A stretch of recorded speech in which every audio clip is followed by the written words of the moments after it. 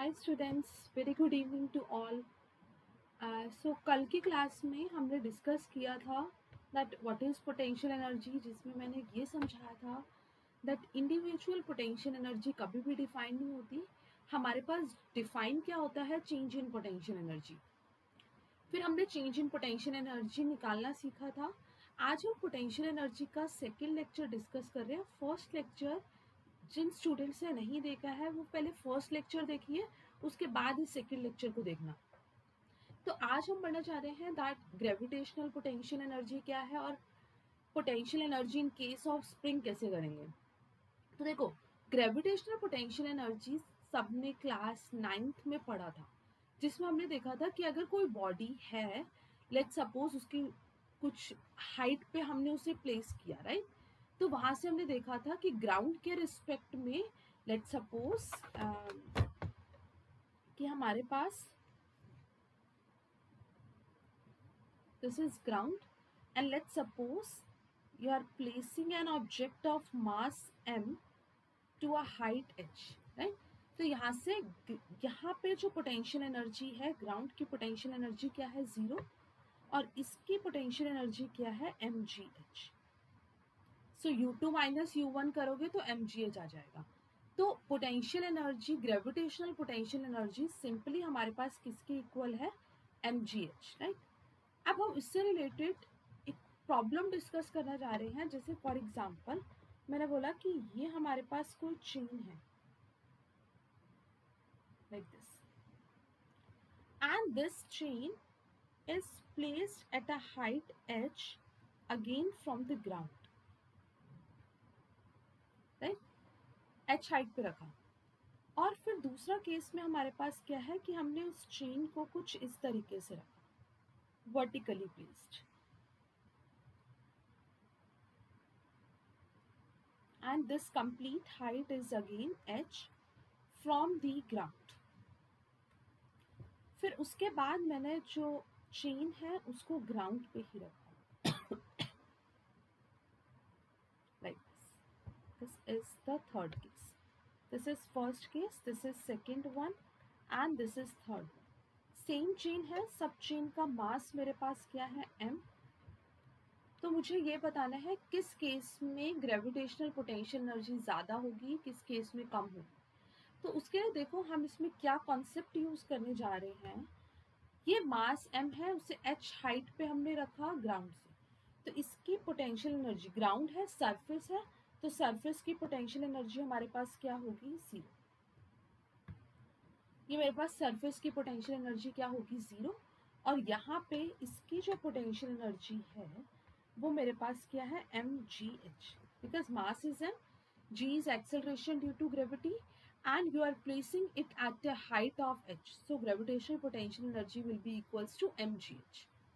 और अगर मैं इस केस की बात करती हूँ तो यहाँ पे हमारे पास क्या हो रहा है, इस केस में देखो हमारे पास कंप्लीट मास है m, राइट। अब हमें पता है कि देखो इसका चेन का कुछ पार्ट तो सरफेस के साथ है, कुछ चेन का पार्ट यहाँ पे है और कुछ चेन का पार्ट यहाँ पे है। प्रीवियस केस में कंप्लीट चेन की हाइट मेरे पास सेम थी, राइट। यहाँ पे यहाँ से देखो कुछ पार्ट की हाइट अलग है, कुछ पार्ट की हाइट अलग है, कुछ पार्ट की हाइट अलग है। तो उसके लिए जो हम कॉन्सेप्ट यूज करते हैं वो हम करते हैं centre of mass, right. Let's suppose कि यहाँ पे मैं उसकी हाइट कैलकुलेट करूँ, ठीक। तो अगर एट सेंटर पे मैं बात करूँ तो वो हमारे पास कितनी हाइट से हो जाएगा, h/2। This point is centre of mass. Actually centre of मास होता क्या है ये हम नेक्स्ट क्लास में पढ़ेंगे, बट उसमें सिंपली हमारे पास ये होता है कि हम ये देखते हैं कि पूरी बॉडी का मास किसी एक पॉइंट पे कंसंट्रेट हो रहा है, right. That the whole mass of the body is suppose to be concentrated at a one point, that is centre of mass. And usually हम आगे देखेंगे कि अगर हमारे पास कोई रिजिड बॉडी है तो हमारे पास जो सेंटर ऑफ मास जो है उसके सेंटर पे लाई करता है, तो सेंटर ऑफ मास कर गया सेंटर पे लाई। तो अब हमारे पास ग्राउंड से हाइट कितनी होगी, h/2। तो हमारे पास इस केस में पोटेंशियल एनर्जी क्या हो जाएगी, mgh/2। Is that clear, okay.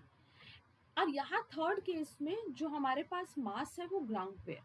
देखो, जब भी हमें ग्रेविटेशनल पोटेंशियल एनर्जी को कैलकुलेट करना है तो उसके लिए हमें एक रेफरेंस पॉइंट पता होना चाहिए, दैट इज सरफेस। और हमें पता है कि सरफेस पे हाइट क्या हो रही है, 0। पहले ऑब्जेक्ट यहाँ था हाइट, फिर यहाँ हो गया h/2, तो पोटेंशियल एनर्जी कम होगी। अब जब यहाँ हो गया तो हाइट बेसिकली क्या हो गई, 0। दैट मीन्स उस केस में जो हमारे पास ग्रेविटेशनल पोटेंशियल एनर्जी है, यहाँ h अप्रोच कर गया किसको, 0। तो हमारे पास पोटेंशियल एनर्जी क्या हो गई, 0। So it means what? That your gravitational potential energy is maximum at point 1, then at the case 2, after then the case 3. So gravitational potential energy सबसे ज़्यादा हमारे पास फर्स्ट केस में थी और सबसे कम हमारे पास थर्ड केस में है, राइट। अब इससे रिलेटेड मैंने अभी जो तुम्हें सेंटर ऑफ मास बताया उससे रिलेटेड कुछ और प्रॉब्लम है, and that is also an important problem. इसको बहुत ध्यान से समझना। इसकी जो कंप्लीट डिटेल है कैसे हम सेंटर ऑफ मास एक स्मॉल एलिमेंट का निकालते हैं वो हम रोटेशनल यूनिट में दोबारा से करेंगे, सिस्टम ऑफ पार्टिकल्स में, राइट। तो अभी मैं तुम्हें बिल्कुल बेसिक बता रही हूँ कि हमें क्वेश्चन को अप्रोच किस तरीके से करना है।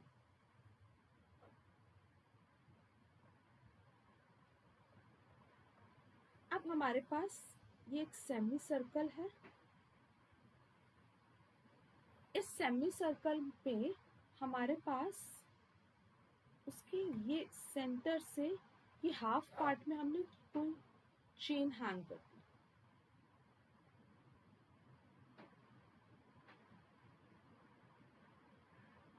Like this. तो हमने उसके सेंटर से यहाँ से एक चेन हैंग कर दी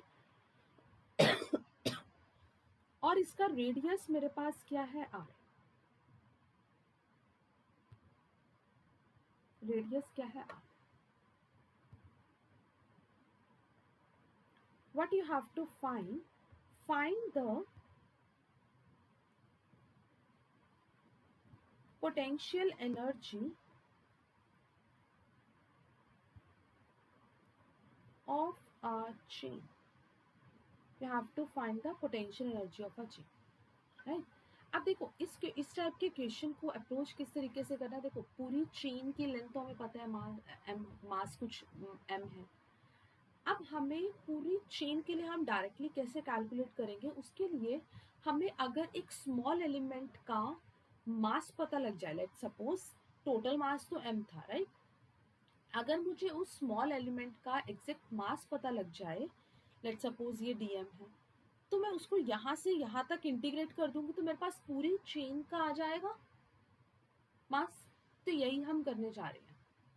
तो सबसे पहले हम क्या करेंगे कि एक स्मॉल एलिमेंट कंसीडर करेंगे। स्मॉल एलिमेंट कंसीडर करिए, लेट्स सपोज यहाँ पे हमने कोई स्मॉल एलिमेंट कंसीडर किया dm, और ये ओरिजिन है। ओरिजिन से ये जो dm है ये कुछ d थीटा एंगल बना रहा है और ये एंगल मेरे पास क्या है, थीटा, राइट। तो अगर मैं इसको कंपोनेंट्स में रिजॉल्व करती हूँ तो कंपोनेंट्स में रिजॉल्व करने पे हमारे पास एक ये कंपोनेंट होगा, दिस वन। ये हमारे पास रेडियस क्या है, r। इसका मतलब जो ये वाला कंपोनेंट है ये हमारे पास क्या हो जाएगा, r साइन थीटा। और जो इसका हॉरिजॉन्टल कंपोनेंट है ये हमारे पास क्या होगा, r cos theta, right. Resolution of vector से। तो इतना सबको क्लियर है। अब इसमें एक चीज और देखो, अब ये जो मैंने एक स्मॉल एलिमेंट लिया था dm, इसको मैं अलग से ड्रॉ कर रही हूँ, लाइक दिस। ये हमारे पास एंगल क्या बन रहा है, d थीटा, और हमारे पास स्मॉल एलिमेंटल मास हमारे पास क्या था, dm, और ये है r। तो अगर बच्चे मुझे ये आर्क निकालनी है तो हमें बात पता है कि थीटा किसके इक्वल होता है, simply arc upon radius. So arc will be equals to theta into radius. So here your theta is equals to d theta and it is equals to r. So हमारे पास यहाँ पे हो गया r d theta. तो हमारे पास ये जो arc थी इसकी लेंथ आ गई, मतलब आर्क की लेंथ सिंपली एक ही बात है, तो हमारे पास वो कितनी आ गई, आर डी थीटा, राइट। अब मुझे पोटेंशियल एनर्जी निकालनी है, तो अगर मुझे पोटेंशियल एनर्जी कैलकुलेट करनी है डी यू, तो वो हमारे पास किसकी इक्वल होगी, this D M ji H, right. अब हमारे पास हाइट किसके इक्वल है, ये जो स्मॉल एलिमेंटल एरिया थी इसकी सरफेस से हाइट, सरफेस पे पोटेंशियल एनर्जी क्या होगी, जीरो, और इस पॉइंट की सरफेस से हाइट कितनी हो जाएगी, m ji h, and here h is equals to your r sine theta. So अब हमें इसका इंटीग्रेशन करना होगा पूरे के लिए, कैलकुलेट करने के लिए D M G are sine. अब हमें ये देखने में बहुत कॉम्प्लिकेटेड लग रहा है कि हम इतना टिपिकल इंटीग्रेशन कैसे करेंगे। तो देखो हमने इसीलिए ये टास्क किया था, बेसिकली हमें जो इंटीग्रेशन करना है वो हमें किसके रिस्पेक्ट में करना है, ये थीटा के रिस्पेक्ट में, राइट। यानी कि मुझे इस टर्म को अगर मैं किसी और की टर्म्स में लिख दूं, थीटा की टर्म्स में उसे ले आऊं, तो मैं उसको सॉल्व कर सकती हूँ। अब देखो उसको करने के लिए हम क्या करेंगे, बहुत इंपॉर्टेंट कॉन्सेप्ट है, फर्स्ट टाइम में भी थोड़ा टफ लगे, बट जैसे ही हम सिस्टम ऑफ पार्टिकल्स करेंगे तो हम ये चीज बार बार यूज करेंगे, तो इसके लिए हमें यूज टू होना है कि हमें इसे अप्लाई कैसे करना है। तो देखो अब मेरे पास क्या है, ये चेन है, राइट। तो चेन की हमारे पास जो टोटल जो सेमी सर्कल है वो पाई आर होगा, right. Semi circle of the circle, circumference of the semi circle हमारे पास कितना होता है, पाई आर। अब ये पाई आर का भी चेन हाफ पार्ट पे है, तो इसका मतलब it will be equals to pi R by 2। तो इसका मतलब जब हमारे पास पाई आर बाय 2 लेंथ है तो हमारे पास मास कितना है, so basically we are using the unitary method here. तो पाई आर बाय 2 के लिए मास कितना है, m, और हमने किसके लिए निकालना है, ये आर डी थीटा के लिए निकालना है। तो according to unitary method this R D theta will be equals to m upon pi R by 2 R D theta. यानी कि अब जो स्मॉल एलिमेंटल है, स्मॉल एलिमेंटल मास है डीएम, डीएम के केस में डीएम की वैल्यू मेरे पास ये आ गई। देखो हमारे पास पूरा सेमी सर्कल था पाई आर, राइट। पाई आर के केस में हमारे पास मास था एम, मुझे अब स्मॉल एलिमेंट का मास डीएम कैलकुलेट करना है, तो इसका मतलब मैंने यूनिटरी मेथड से ये फाइंड आउट कर लिया। दैट मीन्स जो मेरे पास डी एम की वैल्यू है, ये डी एम मेरे पास कितना आ गया, ये 2 ऊपर चला जाएगा, 2m over pi R R D theta, here r to r become cancel, so it will be equals to 2m d theta by pi। So यहाँ पे मेरे पास क्या आ गया, D U is equals to, अब ये dm की वैल्यू हम क्या कर देंगे, सब्स्टिट्यूट कर देंगे। So dm is equals to what, integration of 2m by pi, ये g are sine theta D theta. और अभी बताया देखो ये हमारे पास यहाँ से यहाँ होगा 0 to पाई, राइट। तो हमें अगर सेमी सर्कल की बात कर रहे हैं तो 1.0 और ये वाला पॉइंट हमारे पास क्या होगा, पाई बाय 2। तो हमारी जो इंटीग्रेशन की लिमिट्स हैं वो कहाँ जाएंगी, 0 से pi by 2। I hope this is very clear to you, fine. So अब यहाँ पे जो कांस्टेंट है वो हमारे पास क्या है, 2m ओवर पाई जी आर, कांस्टेंट को हमने बाहर ले लिया, इंटीग्रेशन किया 0 से pi by 2 sine theta D theta. So here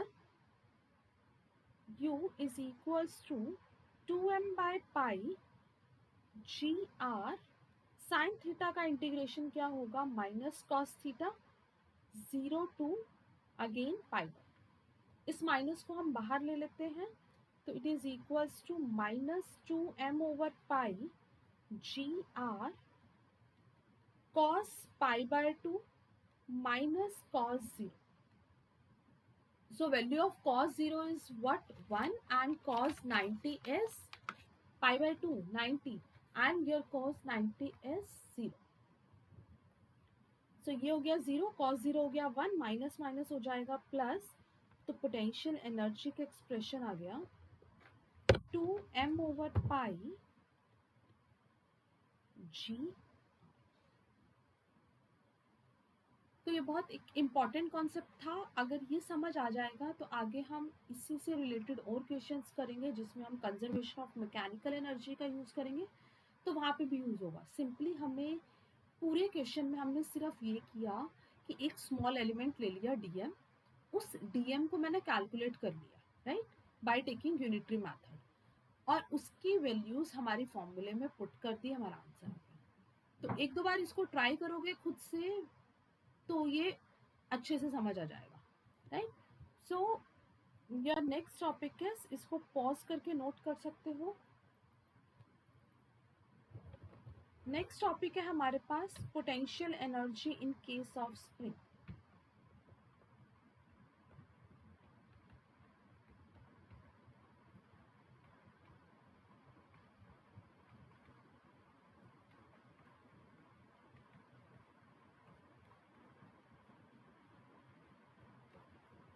अब हमारे पास क्या है, पोटेंशियल एनर्जी स्प्रिंग के केस में हम किस तरीके से कैलकुलेट करेंगे। देखो, हमें ये बात पता है कि स्प्रिंग फोर्स एक कंजर्वेटिव फोर्स है। मैंने स्टार्टिंग में ही जब कंजर्वेटिव नॉन कंजर्वेटिव डिस्कस किया था तब बताया था कि जो स्प्रिंग फोर्स है वो हमारे पास कैसा फोर्स है, एक कंजर्वेटिव फोर्स है। और हमें पोटेंशियल एनर्जी कैलकुलेट करनी है इन केस ऑफ स्प्रिंग, और स्प्रिंग में जो एनर्जी स्टोर होती है that is basically the elastic potential energy. अब हमें उसी का एक्सप्रेशन कैलकुलेट करना है, राइट। अगेन यहाँ पे ये बात ध्यान रखनी है कि पोटेंशियल सिंगल टर्म के लिए डिफाइन नहीं है, potential energy is defined for two reference point, right. Let's suppose कि मेरे पास स्प्रिंग है,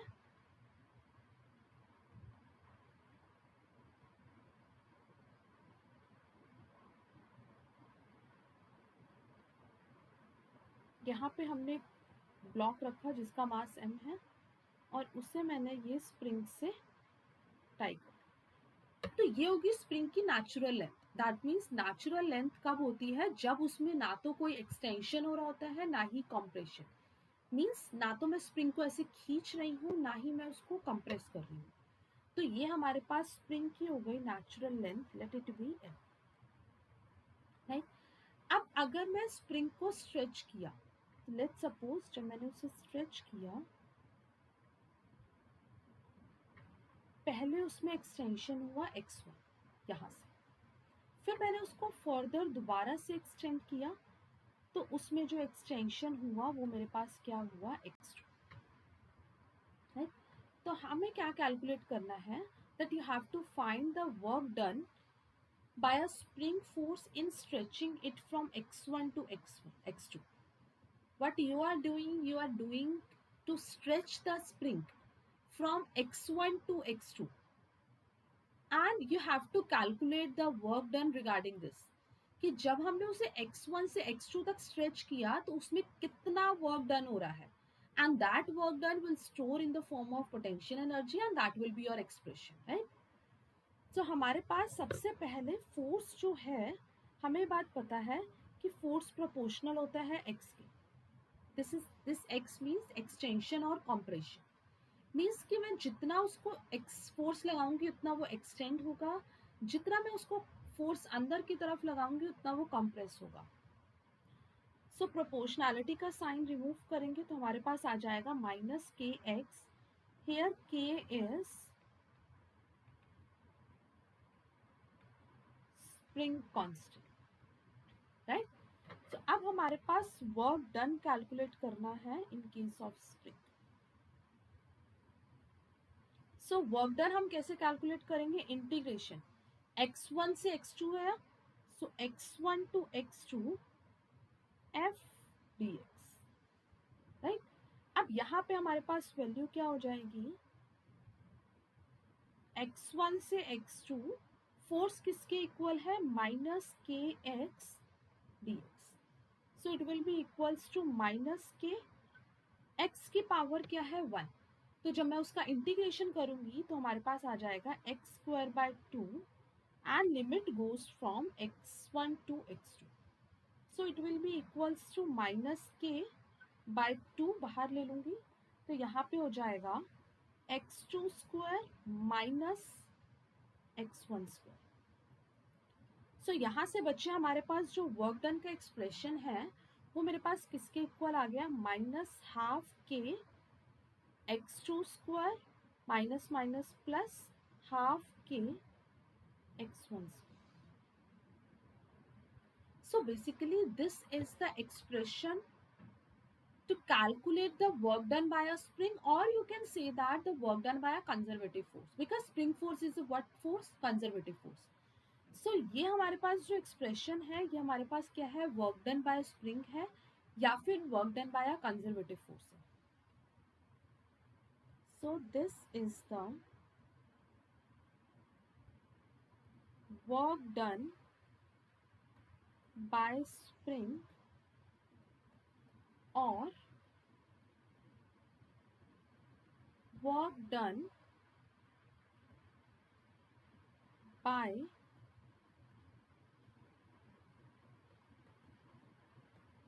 conservative force, right.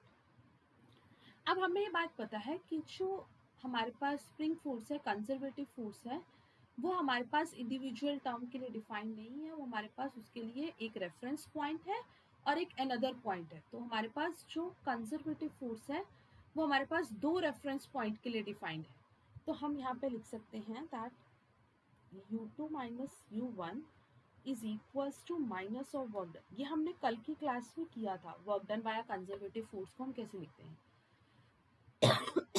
So that means work done हमारे पास चेंज इन पोटेंशियल की टर्म्स में हम डिफाइन करते हैं. पोटेंशियल एनर्जी सिंगल टर्म के लिए डिफाइन नहीं होता है. पोटेंशियल एनर्जी बेसिकली डिफाइन होता है चेंज के लिए, change in potential energy, and change in potential energy is equals to minus of work done by a conservative force. So here u2 minus u1 is equals to minus work done by a conservative force. This वो किसके equal आया, -12k x2² plus ½ k x1², right. तो अब यहाँ से values को substitute कर दिया, सिंपल मैथमेटिक्स सॉल्व करेंगे तो ये माइनस माइनस हो गया प्लस, तो हो जाएगा ½ k x2² minus ½ k x1². So potential energy हमारे पास change in potential energy define है. पोटेंशियल एनर्जी सिंगल डिफाइन नहीं है, potential energy change in potential energy define है. ये चीज़ मैं बार बार इसीलिए बोल रही हूँ ताकि जितनी बार सुनोगे उतनी बात ये तुम्हारे दिमाग में बैठेगी कि जब भी हमें कैलकुलेट करना है हमें change in potential energy calculate करना है. तो ये हो गया, राइट. सो अभी मैंने तुम्हें बताया था कि अगर स्प्रिंग को मैंने स्ट्रेच नहीं किया या कंप्रेस नहीं किया, राइट, तो वो उस टाइम पे उसकी नेचुरल लेंथ पे है. दैट मीन्स उस केस में मैं बोल सकती हूँ कि मेरे पास उसकी पोटेंशियल एनर्जी क्या है, 0. सो कंसीडर कर लेते हैं ये u1 0 है तो ये वाली टर्म 0 हो जाएगी. तो पोटेंशियल एनर्जी का एक्सप्रेशन आ जाएगा ½ k x2². तो सिंपली हम पोटेंशियल एनर्जी को लिखते हैं ½ k x. हमें ध्यान ये रखना है, यहाँ पे मैंने ये बोला कि जब स्प्रिंग नेचुरल लेंथ पे है तो या ना तो वो कंप्रेस हो रहा है ना वो एक्सटेंड हो रहा है. So let us consider in that case your u1 is equals to 0. u1 0 है तो हमारे पास ये वाली टर्म 0 हो जाएगी, तो हमारे पास ये पोटेंशियल एनर्जी आ जाएगी. आई होप ये सबको क्लियर होगा. तो अब इससे रिलेटेड बहुत सिंपल सिंपल डायरेक्टली क्वेश्चंस भी आते होते हैं. क्वेश्चन करवा देती हूँ मैं.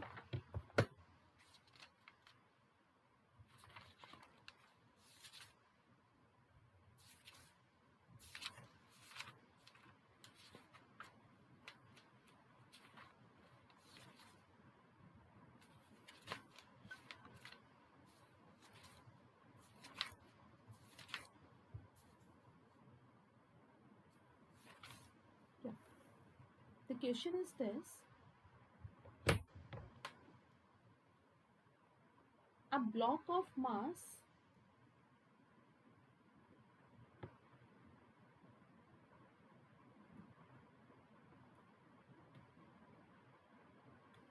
(0.1 kg) is attached to a spring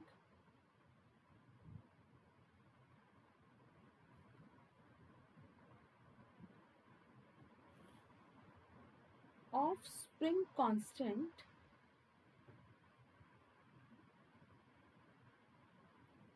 400 Newton per minute is pulled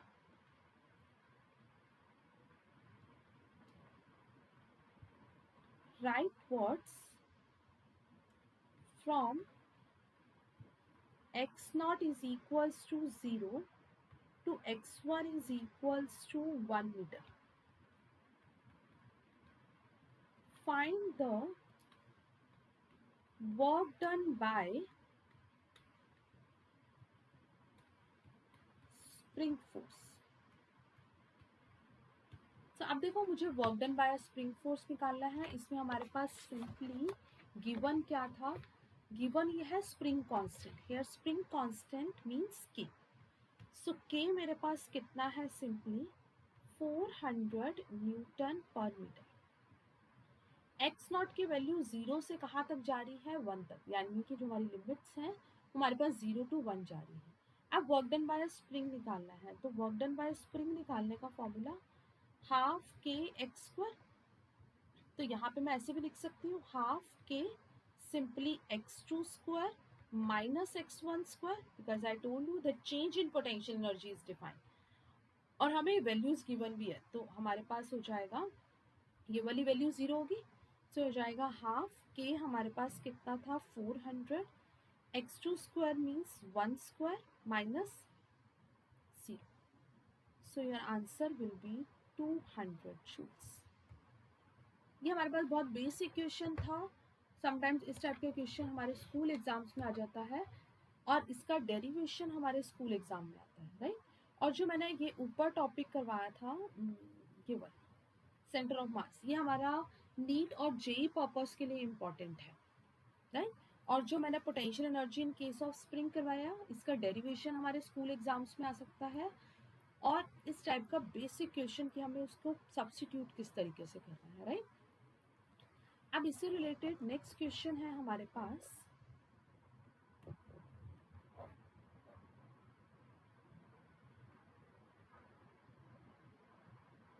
ये हमारे पास स्प्रिंग है. इस स्प्रिंग के साथ मैंने एक मास को हैंग किया, राइट. स्प्रिंग कांस्टेंट है उसका के. और दूसरे केस में मैंने क्या किया, उस स्प्रिंग को मैंने पहले तो वो ओरिजिनली अपने आप से हैंग है, राइट. अब मैंने उसको क्या किया, नीचे से उस पर कुछ फोर्स लगाया, उसमें उतना एक्सटेंशन करवा दिया. मीन्स मेरे पास लेट्स सपोज अब ये जो स्प्रिंग है ये एक्स लेंथ से यहाँ से उसमें एक्सटेंशन है, राइट. और हमें बात पता है, देखो यहाँ पे मैंने साइन लगाया था F is equals to minus k x था. मीन्स जिस साइड हम फोर्स लगाते हैं उसके ऑपोजिट डायरेक्शन में हमारे पास बॉडी मूव करना चाहती है, इसीलिए हमारे पास माइनस का साइन आया था. तो हमारे पास फाइंड क्या करना है, find the potential energy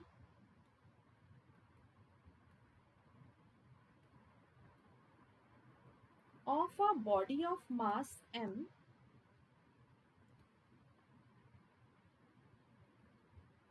due to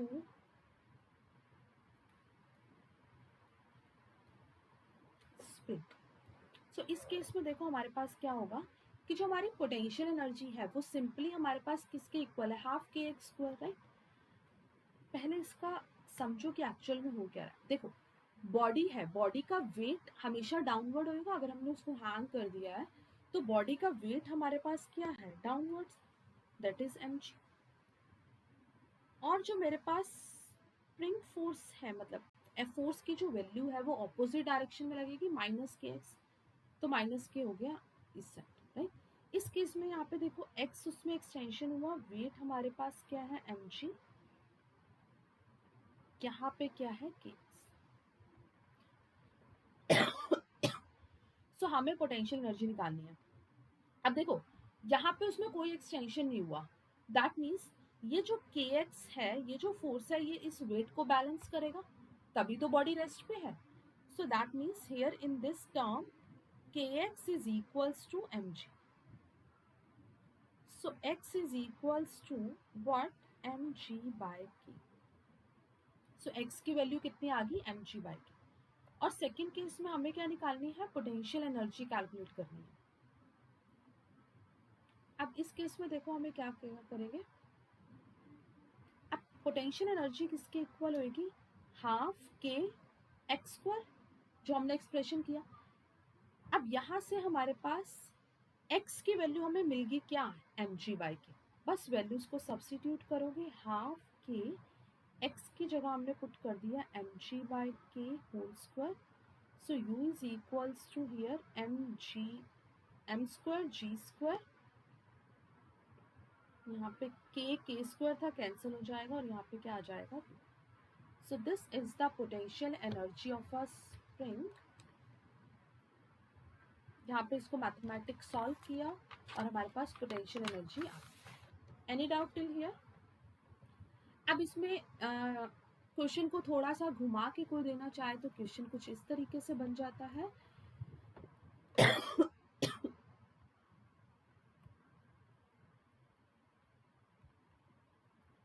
question क्या है हमारे पास? सेम उसी तरीके से है। ये पहले हमारे पास एक स्प्रिंग है जिसका स्प्रिंग कांस्टेंट है k और मास m हैंग किया। सेकंड केस में मेरे पास मैंने उसको वो अपने नेचुरल लेंथ से x एक्सटेंशन हो गया उसमें, राइट? ये मास है m और ये मास अभी ग्राउंड से, दिस इज ग्राउंड, अभी ये ग्राउंड से अगर मेंशन है कि वो h हाइट पे है, राइट? उसमें यहाँ से यहाँ x क्या हुआ था? एक्सटेंशन। अब मुझे क्या निकालना है? Find the total energy of a spring. अब मुझे टोटल एनर्जी कैलकुलेट करनी है of a body of mass m।